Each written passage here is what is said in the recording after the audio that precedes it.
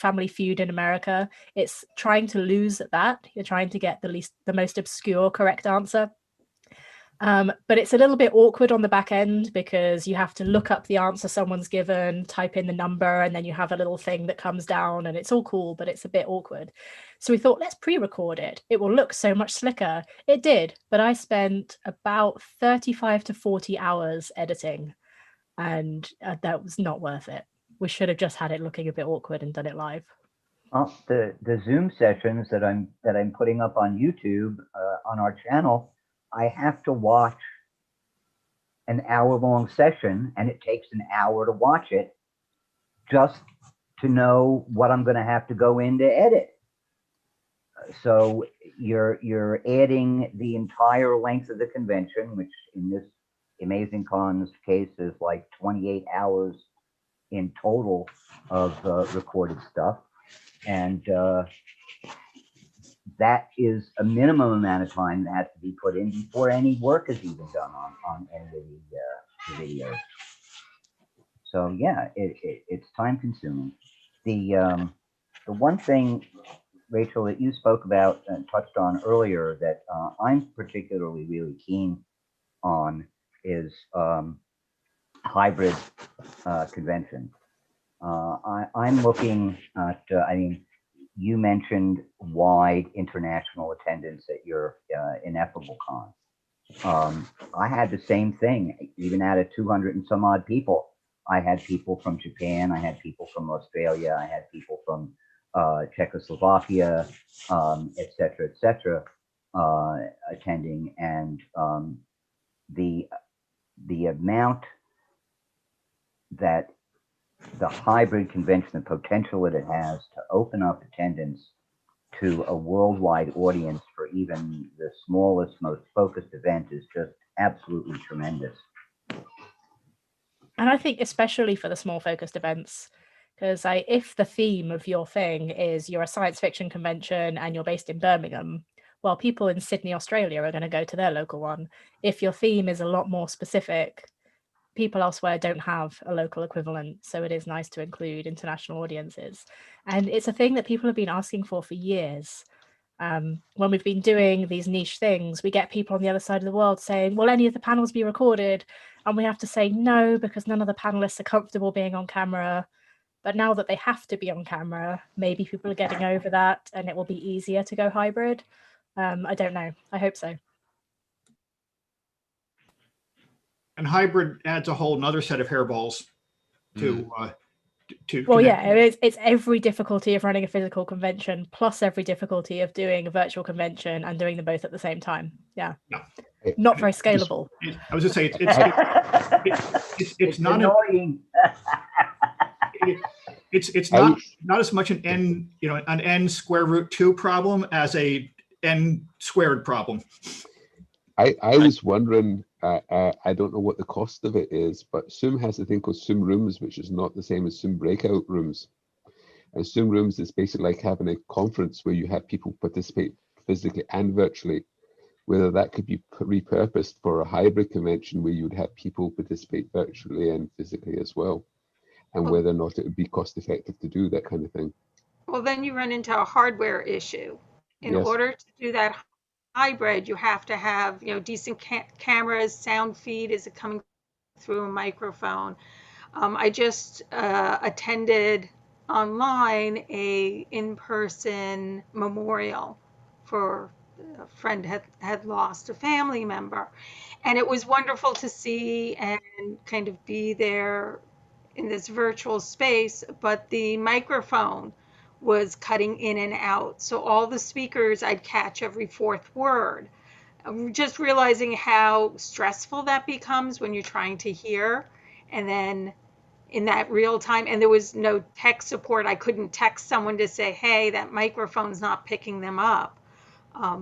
Our synagogue, we've just started doing these hybrid events for family bar mitzvahs. So a family with maybe 1 or 2 pods of membership, that we can only have like 20 people in that physical space because of COVID, but we're also doing it on Zoom. So family members everywhere else can Zoom in.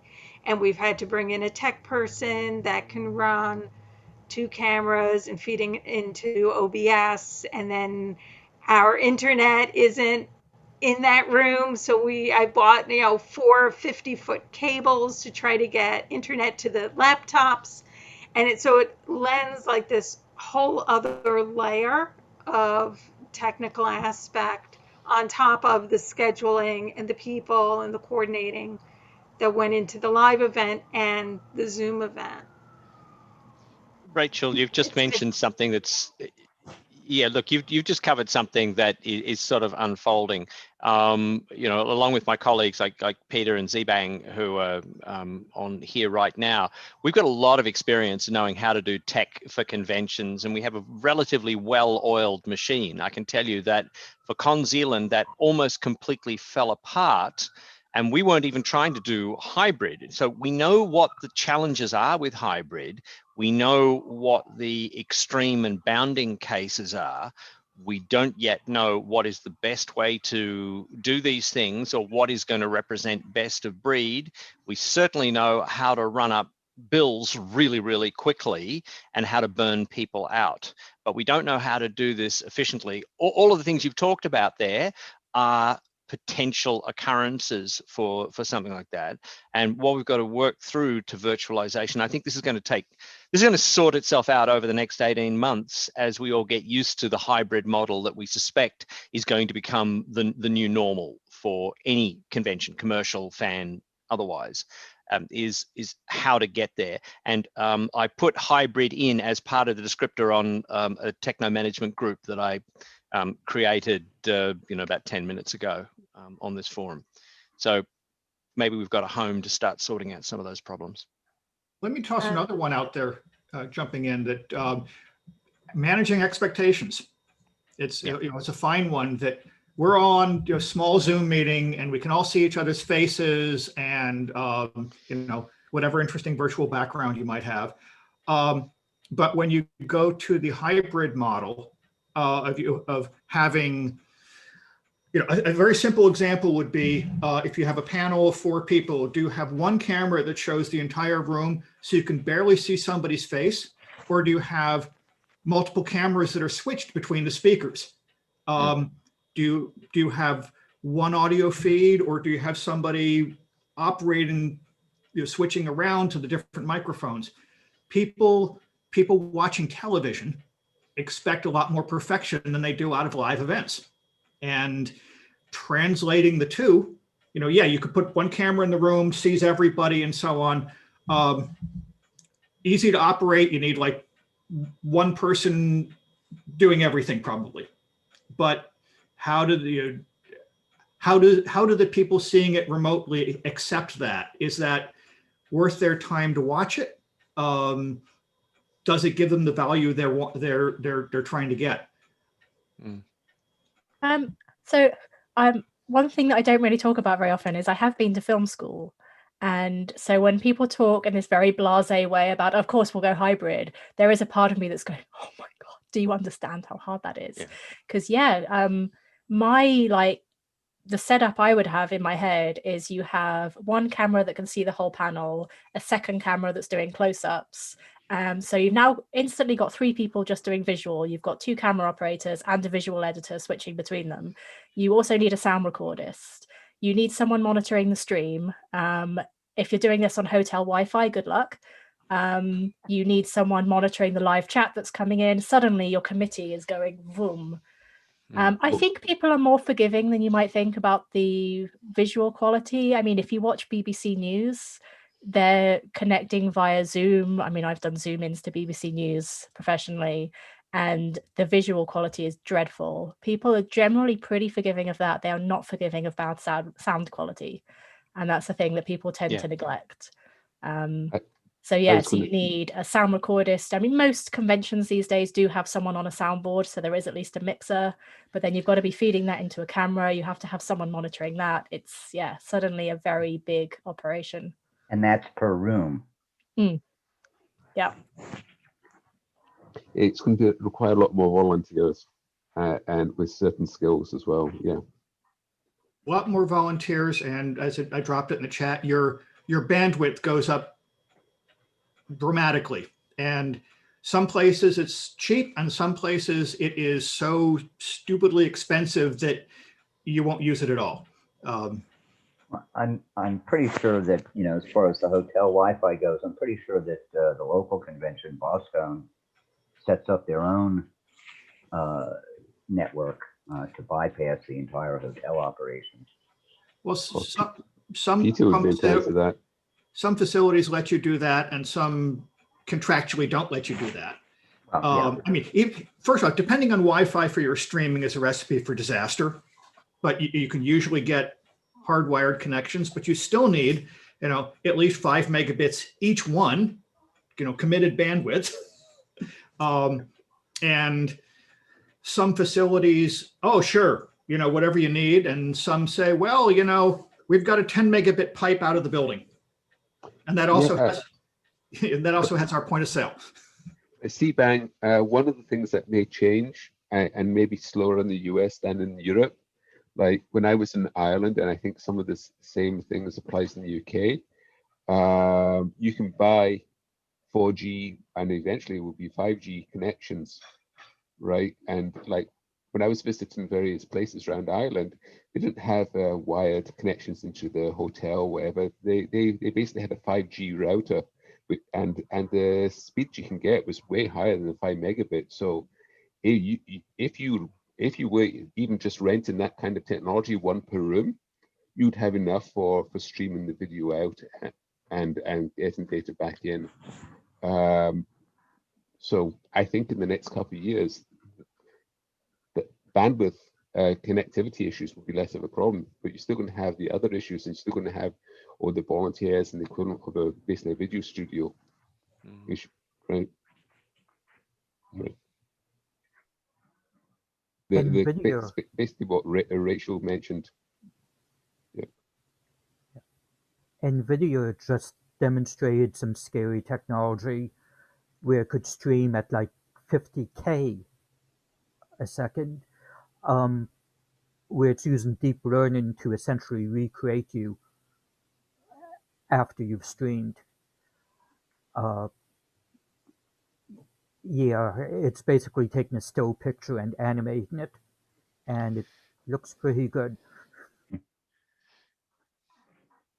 That's intriguing because that's exactly where MPEG-4 was trying to get. MPEG-4 was originally about video conferencing and extremely low bit rates.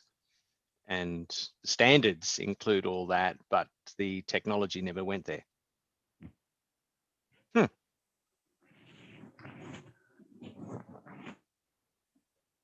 Well, Jay, I'm going to have to be going, and I'd like to thank everybody for my short presentation, for attending. You triggered discussion, Steve. Well done. Thank you.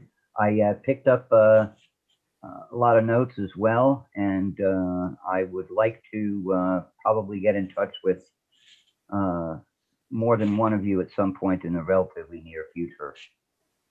So be expecting to hear from me. I'll hit Jay up for contact information. You don't have to. All right, Jay. You don't have to. I don't have to. Everyone is logged into the community. You can just make the connection there. And remind me that we're in the 21st century. Right. And it would be good to have it in the discussion groups, because all of us could use the info and basically share things in the discussion group. All right. Well, thanks again. You all have a good time. Thank you. And yeah, we should have had a speaker talking about a kickback.chat, which is another way of networking. And I don't know what happened, but maybe in 2 weeks or so he can do a demo.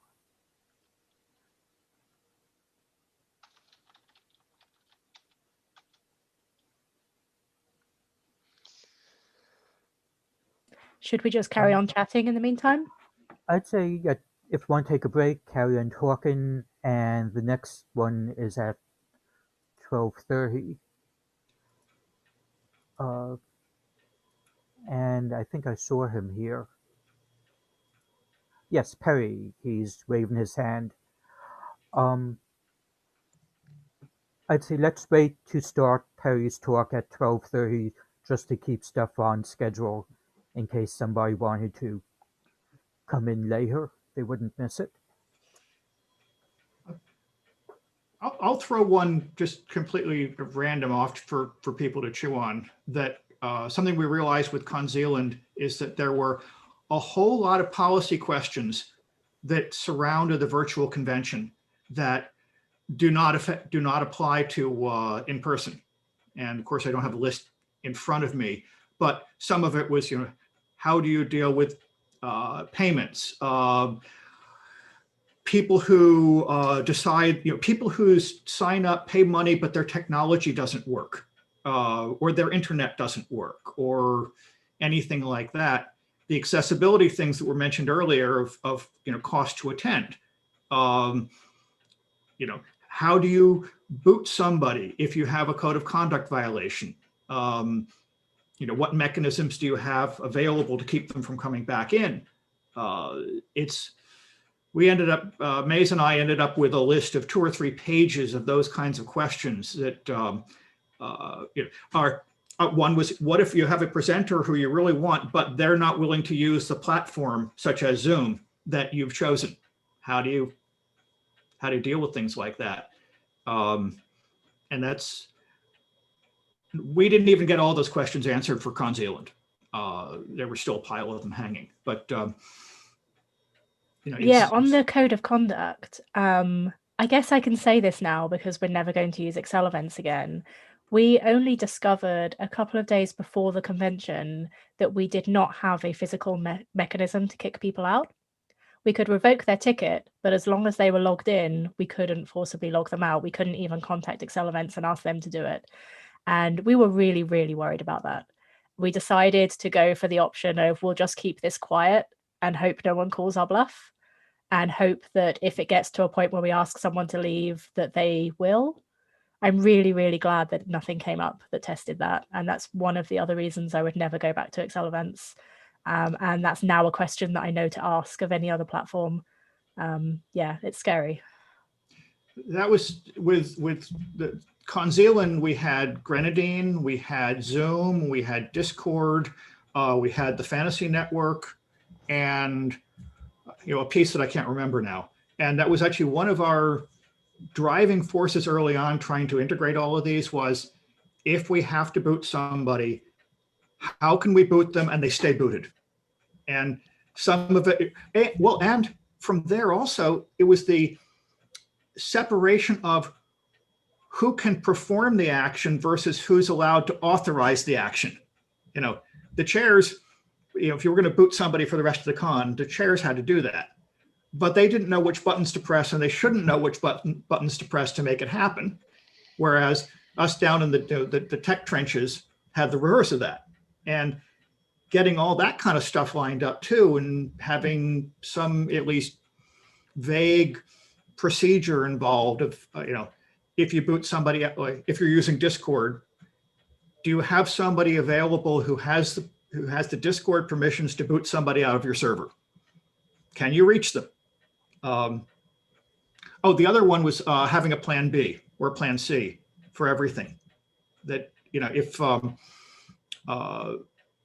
specific case that in Con Zealand, I was streaming out the closing ceremonies, or I was going to stream out the closing ceremonies.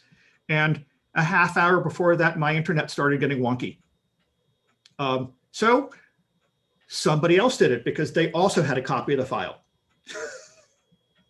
And being able to pass that stuff around. And you can't, with a live convention, you can run over to the office and ask them a question. And it's hard when it's 3 states away. The other thing that worried us was, what if a speaker doesn't show up?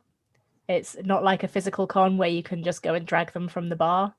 Luckily, that didn't happen to us. The 3 people I mentioned who didn't show up were for the pre-recorded game shows. So we just put a call out on Twitter and waited, and it was fine because it was pre-recorded. It was annoying, but it was fine. I'm really conscious now that I keep saying things are annoying. I wasn't aware that that was a word I said a lot. I'm going to stop now. I go with it. And that's actually an excellent thing of when you have, a presenter doesn't show in a live convention, you can send somebody into the room and say, this person just called in sick, they won't be here, so it's canceled. Well, you've got to do the same thing in a virtual thing if they don't show up. And the model that a couple of the cons that I've been involved with recently did was they used either they used the Zoom webinar and had everybody coming into the practice session a half hour early to get cameras and sound lined up, or they used a Zoom meeting that was then streamed into UTwitch, and the attendees saw that. So they could put up a slide that said, this has been canceled, or we're waiting for someone to show up, and things like that. So your audience doesn't say, is anybody going to do who's doing this one? And then walk away confused. Another policy thing that you need to cover. Yeah, and that's kind of also resource management. Like, who do you have available to be those monitors or that backup tech? We have an ongoing class, and the facilitator can go into Zoom, claim host. She's very comfortable, and I don't have to worry about that happening or people logging on, because it's been going on since March. But when she suddenly has a doctor's appointment and can't make it, then she'll send out a message that doesn't necessarily get to everyone in her audience. And I, as the resource behind that, then log in and have to sit on her class for 15, 20 minutes for any stragglers and say, hey, she can't make it today, there's no class. And it's that kind of like, do you have enough people? Do you have someone who'll just be that backup for resource? So we're really small. It's like me and my boss, who's covering what? And how do we find volunteers to help us? I had questions about your use of Discord for stuff, because so one of the people from my convention, even before all this pandemic stuff happened, he was like, we should make a convention Discord server and da da da da da. And I was like, I don't have anybody to run that. Are you volunteering? And there's a lot of liabilities and things like that. But so I guess, did you create the server just for the convention? Did you close it afterwards? Is it still active? Do you use it beforehand? All that kinds of stuff. I can I'll only speak for Con Zealand on this one. That the intent, a server was created for the con. It had a large staff of people to operate, including channel moderators, monitors, people to investigate, code of conduct stuff. I really don't know how much of that happened because I tried to stay away from it. I believe they intentionally closed the Discord server to all but staff, basically like 8 hours after the end of the convention, because they said, we're not going to have people to monitor it. If you're staff, you've already signed all the staff stuff, so we hope we can trust you. And then we're closing it a week later, kind of thing. I actually don't know if it's still up. I haven't looked. I'm not a Discord fan, but there was a lot of people involved with making that happen. And the reason we chose Discord at all was, as actually a guy from the Fantasy Network said, it's the best of the bad options. That it doesn't integrate with anything well. It's got all kinds of limitations on it, but a lot of people use it and it kind of works. They did have a bunch of short videos about how to use it for people who were not familiar. They had a possibly overly complex system of roles, but one of them was that when you go into it, the first thing you see is this one channel with this one message that says, if you agree to the code of conduct, click the arrow below. And when you did that, a bot gave you a bunch of other roles. But role management on Discord was a double hairball. I suspect that Slack is no better, possibly even worse. There are a bunch of other similar systems out there, but didn't have that a lot of, it's one of those things. It's like, yeah, there are other conference systems besides Zoom, but it seems to work and more people are familiar with it. And it seems to be improving over time, unlike some of them. I know Allison Scott, who's running the Punctuation Con, is really huge into, she says Discord is everything for the virtual convention. So hopefully she can pop onto here in the future and do a little something on it. One of the things that we saw with a couple of them recently is people letting the technology tail wag the convention dog. And somebody says, well, we'll just put it up on Twitch. It's like, well, okay, there's a whole bunch of different streaming services out there. Twitch is one of them, YouTube is, et cetera, et cetera, et cetera. What do you want to do? Do you want a stream that you can embed on another web page? Do you want a associated chat session with it, some kind of authentication? And it's so easy to say, well, we'll just throw, we'll just fire up Zoom meeting, or we'll put it on this, and they well, Zoom lets you do this, and we want to do that. Well, does anything else? There are a bunch of systems out there. Do you want a fairly integrated system like, vConference Online actually looks pretty cool. It does a lot of interesting stuff. And it is frightfully expensive.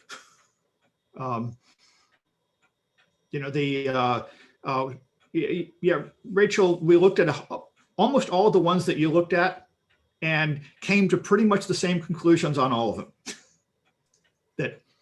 Yeah, I really liked vConference Online, and they seemed nice. It's just, we had our price range. They had an interesting one that even they were. It was how many participants could they put in a presentation, and the number was, I think, 6. And it's like, well, if you want to have 2 panels of 3 people and a moderator, which is quite likely, they didn't have a way to do it. They had a hard limit there. Little things like that. Has anybody heard of a company called Jolokia?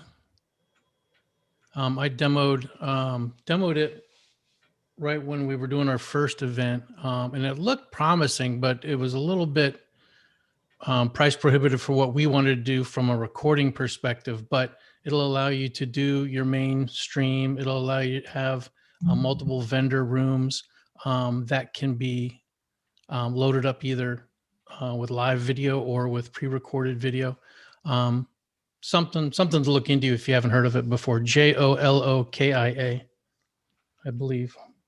Write it down. Jolokia. Yep. .com. Mm-hmm. Their platform's called Inferno.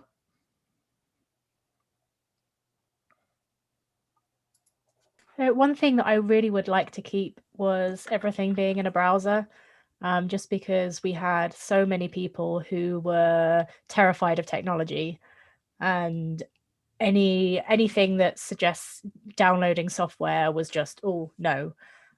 We even had people not want to come to our Zoom parties in the spring just because, downloading Zoom sounds scary. So I do like everything being embedded in a browser. Yeah, and absolutely. I'm a bit of a Discord newbie. I have used Slack before, and it's similar.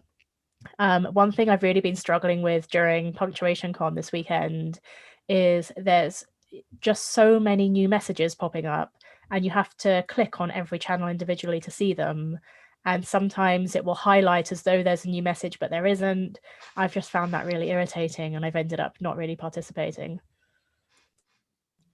If there's a channel you don't want, Rachel, you can mute that channel so you don't get that notification.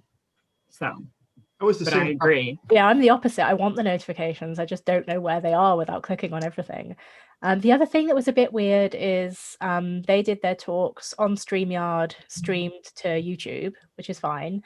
But they didn't have the live YouTube chat set to replay. So after my talk, I'm like, I want to go see what people said on YouTube. Can't. No idea.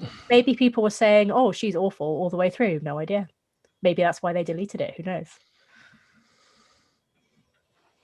A lot of times too, there's a question of resources to prepare the how to get around the convention because you're so busy actually planning everything to happen that then everybody comes from all the different levels. Like, how do I use Zoom?